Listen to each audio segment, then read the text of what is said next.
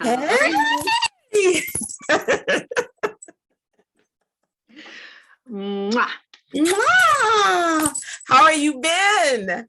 Good. How are you? Living your best life. I'm loving it. Yes. You know, when you retire, it's a whole new world. Like you don't even understand what it is. It's just like, what? I don't have to get up early.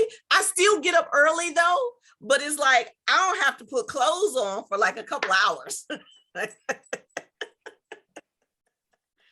I know all of my friends that have retired. Like we saw some Easter Sunday at church, and it's just like this biggest grin on their faces, so relaxed. Yes. Just loving life. Yeah. Oh yeah, and the best part, you get to have wine whenever you want to. See, I need that right now. So we just waiting on Delia to log in. Misty. But I didn't. I expected her to make an entrance. So. Oh, of course. She'll come. You know, the only thing we're gonna miss is the slide through. The slide through.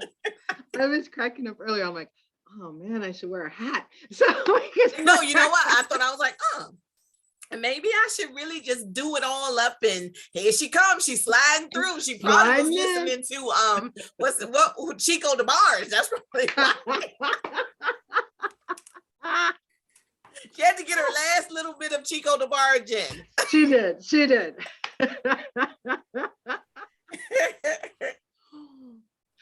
Oh my goodness. Hey, okay, Miss Delia, we can't see you. Hold on now. Oh Lord. It's been a struggle today, lady. Yeah. Okay, hold on un momento. Well, happy Easter Monday to you. Well, lady. Happy Easter Monday. Hey, the gang's all here. I'm like, you ladies are looking lovely. Just lovely. Thank you. We all do. Thank you. I know. We always do when we come together. You know how the Book Divas do. That's right. Okay. Look, it almost didn't turn out right. I forgot that we were going to be on video, and I was getting ready to start taking my hair out to get it done tomorrow. And I was like, oh, wait, let me put it back in. Let me put those back in real quick. Oh my goodness, it's been a minute. It's been a minute. Yeah. Yes, it has. So I'm gonna jump right into it. So we have Book Divas on tour, reunited.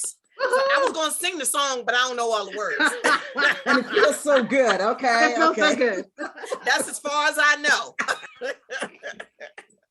So we have K.R. Raye, who is the author of the Colors trilogy. And we have author Deliah Lawrence, who is the author of the, what is it? Gotta Get It series. I don't know how to say it. It's the Deidre Hunter series. You know? Okay, there we go. Deidre Hunter series. So gotta get some Deidre Hunter. Exactly. There you go. Oh, oof, yeah. I know, child. So I'm gonna start with what have you ladies been doing as far as writing while the pandemic is going on? So we can start with you, Delia. Oh, come on, put me. Okay. Well, I'm telling you, the pandemic has, not that we're out of it, even though some people say the COVID theater is over, but right. But when it first hit, it was just so surreal. And, just trying to wrap my arms around what's going on, mm-hmm. and, making the adjustment from, being at home and working and everything. And during that same time, I was hit with a lot of, things in my family. So I had to deal with that. So creatively, there's nothing, I couldn't turn that on. Okay. So I think I started writing like NaNoWriMo in 2020. Okay. And then I just kind of like put it on pause. And I'm like, why isn't the book done? I mean, it's 2022. Right. But it's just every turn I turn, there's just some kind of drama that I have to put out some fires. And, you know, I'm doing the best that I can and just trying to at least get my newsletter, my monthly newsletter out there. I do that. Right. Yes, you do. Yes, you I do. I, you know, if nothing else fails, I'm consistent there, you know, but, you know, but I really miss my characters and I really want to get back to them. So yeah, I just have to, you know, schedule something, just say like May 1st. At first it was April 1st, right? April's gone. April's gone. 17 days later. Yes. I was like, April 1st, yes, you know, it's a brand new season. And I'm like, okay, today the 18th. Okay. Right. Like April 1st ain't happening. No, okay. April Fools. But you know, but it's all good. You know, I try to maintain some amount of consistency, like I said, with my newsletter, but I really miss my characters.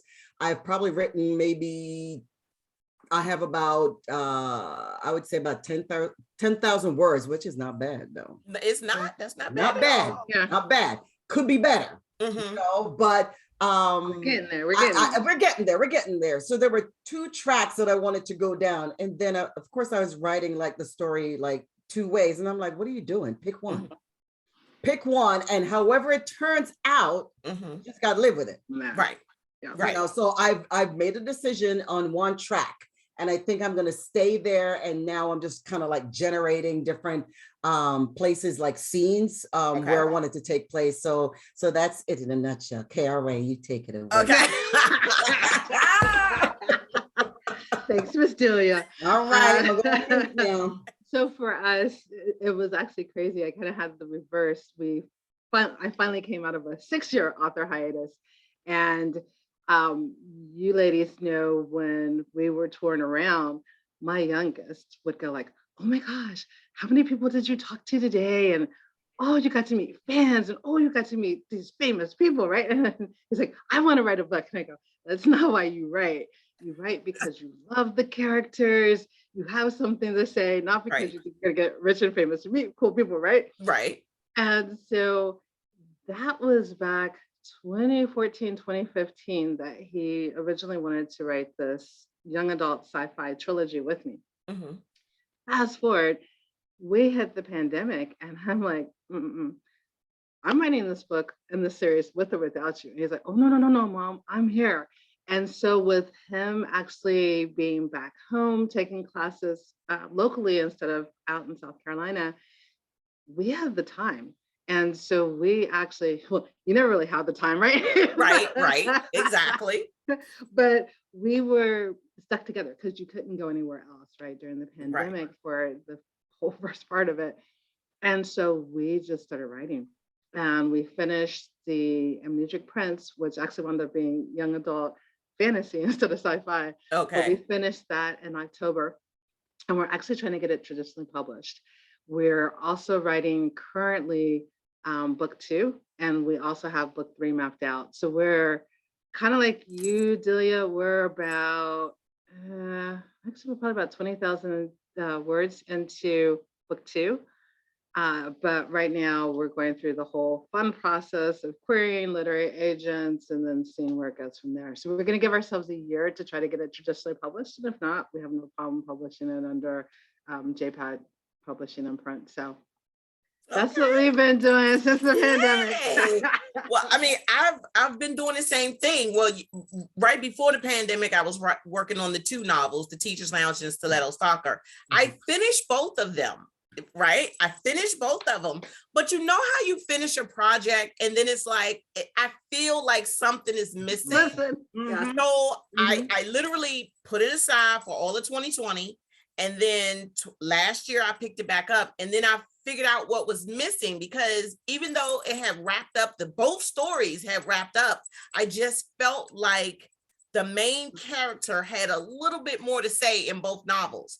So now, because I wrote it in 2018, you know, some of the things are not relevant now. So now I find myself rewriting it now. And it's like, oh my God. And then the question becomes, do I put in about the pandemic?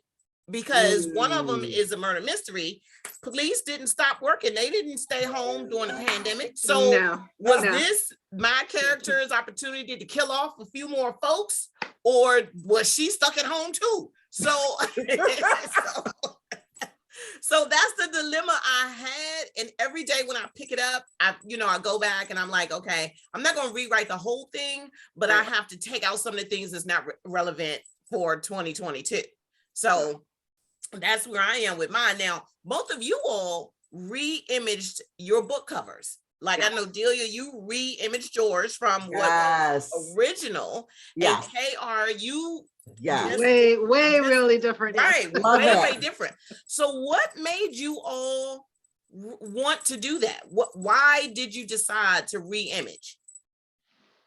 Delia, you want to go first? Sure. I think for me, I hired a publicist years ago, and just trying to get a feeler. And she says, would you consider, if you're going to have a series, to kind of freshen up the cover? So, I'm open. I'm not going to say no. And then I found the coolest designer. And then, when, of course, I had to search for just the right person that would give off the right kind of vibe for my story, sassy, sexy, all of that stuff. Exactly. And then I found her, and, so I'm like, what's my vision? Because if you're writing, bear in mind, folks out there, depending on the genre that you're writing, and your cover should reflect that. You should automatically pick up the cover and know, hey, it's a romantic suspense, it's a thriller, it's a memoir, or something lighter, light romance. So I love it, and so interestingly enough, book number 3, the cover is done. It was done years ago. How about the book is done, book cover is done, but the book ain't done? Okay, all right, got it. We get it. We're working towards it. We're working towards it. And knowing me, I'll be like, you know what? Can we just change something right here? But for the most part, when you put them together as a series spread, the colors are just so awesome. Yes. So that's why, and a couple things have been refreshed, and I'll probably refresh it again in terms of like book number 1. I'll probably do an insertion for the first chapter, and then go like that, and a couple things that I know I could tweak. But like you said, I'm excited. I every opportunity that I get to talk about Deidre Hunter and Hill Harris and and Kyle with his crazy self, I put it out there in my newsletter. I somehow managed to intertwine and put them together in the songs that I pick each month, and so I'm having a ball with that. Right. I just keep waiting for the Chico the Bird that's song. Pretty much that's why I changed, and I love it. I definitely love the cover, and I think it also captures new eyes. And so it's kind of like the colors pop. Not that the first cover wasn't good enough, but for that time, we're talking years ago, and so this is just a new kind of, it's fresh, it's sexy, it's mysterious, and it captures everything that I want to kind of show readers before, when they pick it up, so they can, go ahead and buy it. Okay. Exactly. Same kind of thing. So for me, you ladies know my first one, I always knew from the beginning, it was kind of like a love-hate. And very much to Delia's point, if people can't target exactly what it is right off the bat, they're confused, right? And so for African-American audiences, they knew, they were like, oh, this is kind of like Eric Jerome Dickey, Terry McMillan type covers, right? With the whole silhouettes and everything. But that didn't always translate elsewhere. And so I remember one I got from an older Caucasian gentleman, and he's like, "Is this a coloring book?" And I was like, "No, I got it." Coloring book. Wait a minute. I mean, nothing about the book said color inside of me. Nothing of that.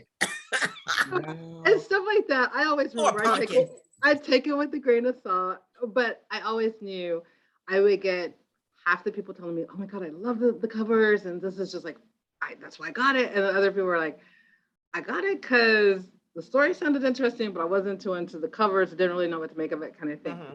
And so I always knew eventually I would go back and get them redone. And so same thing with Delia, researched, went all over the place. And then I'm actually fallen in love with readsy.com. And I have been able to get fantastic editors, designers, marketing, everything from there. And you really pick, you know, the folks that you're interested in and have them submit quotes. And one designer, Nicole Howard, we just spoke to each other kind of thing. And she did a fantastic job with the new covers. But going through and like really looking, especially now, since since I released my books in 2013, 2014, a lot has changed in the industry with the way the covers are going. Right. I have a lot more, even more abstract than I had. And so it was kind of, all right, how much of it do you take this way and leave it completely abstract, or how much do you pull into what's typically of that genre, right? And new adult is a hard genre to kind of put out there. It has romantic elements in it, but it's not a typical romance with happily ever after, right? And considering 3 of my characters, 2 are female and 1's a guy, it wasn't chick lit, right? So it didn't quite fit in that category. And so you had to really cross a couple of different elements, right, able to show it properly. But it was fantastic. I had a couple of different options from Nicole, and we put them out there to get voted on. We had like 500 votes come in. And so, yeah, it was amazing. And so I'm just ecstatic with the covers, and they've been so Oh, wow. Nice. Yeah. So nice. And now, okay, so with the cover changes, do you think that the same people are buying the book, or do you think you've reached an entirely different new audience? It's both. So it's really funny. When I put up the different options for people to vote on, I did stick in my original covers just to see, like what most people would say. And most people are like, hate it, right? Kind of thing. There was a specific group, it was literally of African-American women. And they're like, that's the one we love. And I'm like, dang it, because like, where were you? Kind of like, right. Even though I sold like 29,000 copies like of the first series, right? I'm like, I love it, but like, where were you when you're telling me back then, right? Exactly. But it's reaching a whole new group, and then it's just refreshing to some of the folks that hadn't seen them the first time and are getting exposed to the books now. So it's all over the place. I just saw I had like some international sales and I'm like, okay. You'll take it. Right. So what about you, Sandra?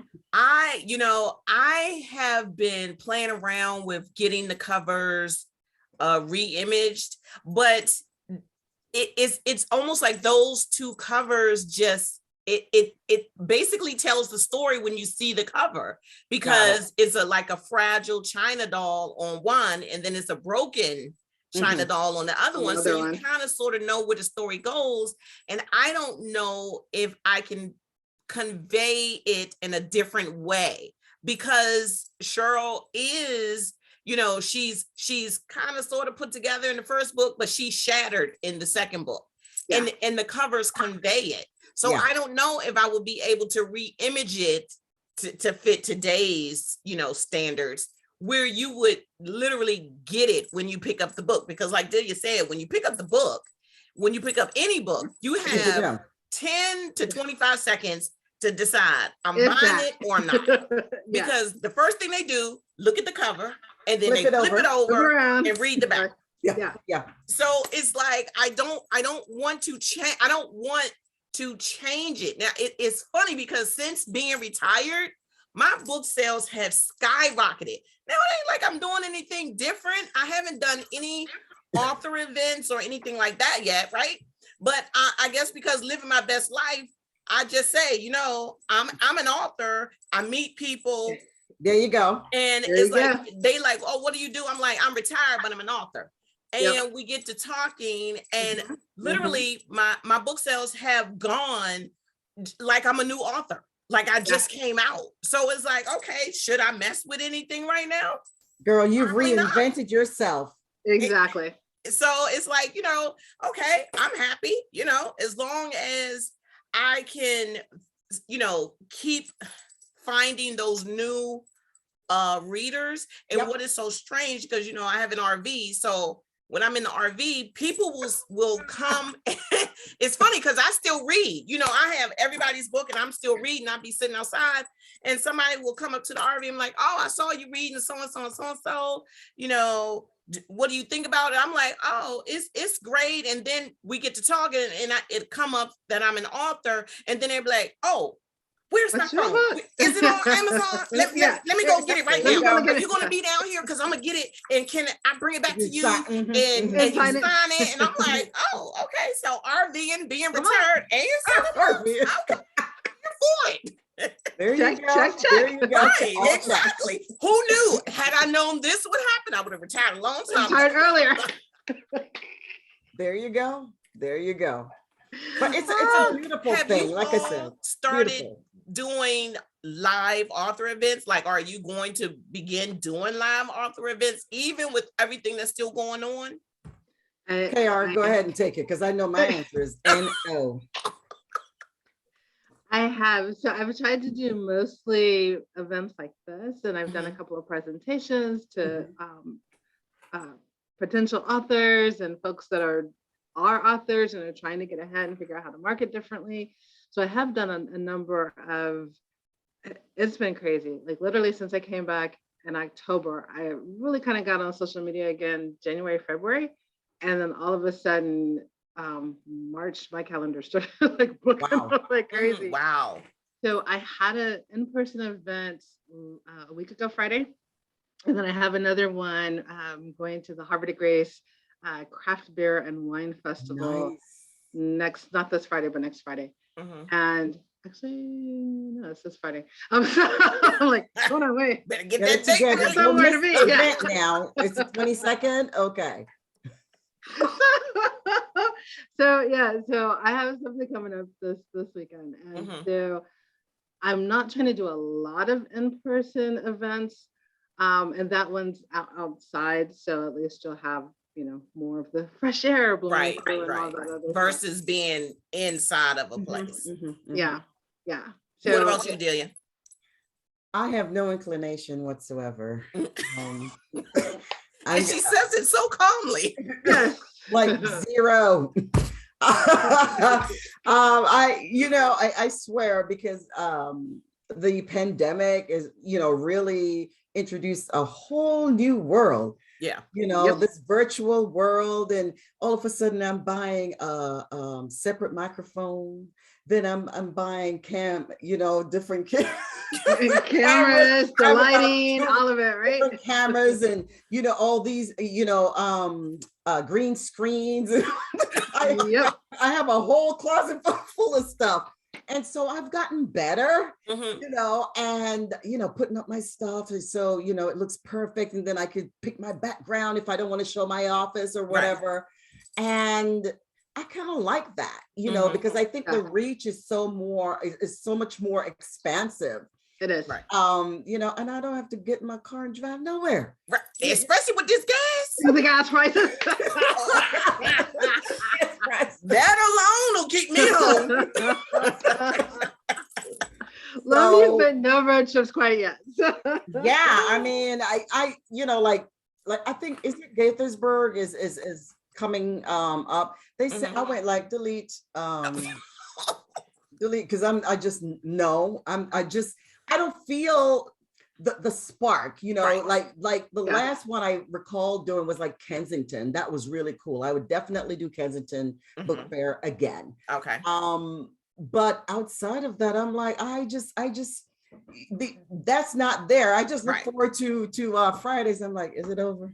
Is it week over? And and then I'm like, okay, what's on Netflix? And my glass of wine. And, you know, and Sandra so, has hers. and there it is, you know, but I don't have no, I think I have water. I don't have anything. Look, when you Yeah, get so tired, there's- it's always 5 o'clock. hey, it's 1 o'clock somewhere. 1 o'clock somewhere. Exactly. But Exactly. I'm not feeling it. You know, to be honest, I'm just not. Right. Yeah. Yeah. And I am not either. I'm very selective on what I do now. Yeah. Because I'm in the RV, I'm by myself, you know, lots are Yeah. not next to each other. But Right. because I went through COVID and I'm a long haul COVID Hauler. sufferer, Mhm. Yep. I'm still very like, if Leery. I have to go into a store and I hear someone cough 2 hours over, I'm leaving everything. Out. I'm out. I'm Yeah. peace out of here. I'm out of here. Yeah. I'm Wow. just It's like, no I'm joke. just so, you know, I'm so Over it. iffy about it. Yeah. And then because I suffer with that COVID headache all the time, Wow. I never know when it's going to get the better of me. So it is like having 2 migraines at the same time. Wow. So if you can just imagine how you wake up, you have a really, really bad headache, and then it just gradually just pulls you down. I don't want to be out at an event and that happens, because then it's like, I got to suffer through this. Like, because normally when that happens, I just, you know, recline back in the recliner and close my eyes and try to let it subside. But when you're out, you just can't do that. It's a no for me too. But I will do. Hey, I'm virtual all day. I Virtual. Boom, I'm on it. I love it, and you know, like I said, I've done quite a few where it's like, you know, up to like maybe 40 to 50 people, and it's so cool, you know, and word of mouth. Believe it or not, it's still. I don't care what people say. Huge. It's still huge. Yes. And it's very natural, and things spread, even though, you know, social media, but you get that one person talking. Exactly. Who then connects you to the right person. Yep. Or folks or people. Exactly. You know, and things will just take off. Right. Right. You know, so I have no problems, like KR said, you know, because you were on the last the MWA when I did my presentation. Yeah, girl. Mooches and Murder, How to Write a Successful Romantic Suspense Novel. And that was a few years ago, and I dusted it off and got it ready for it. So it was nice to come back.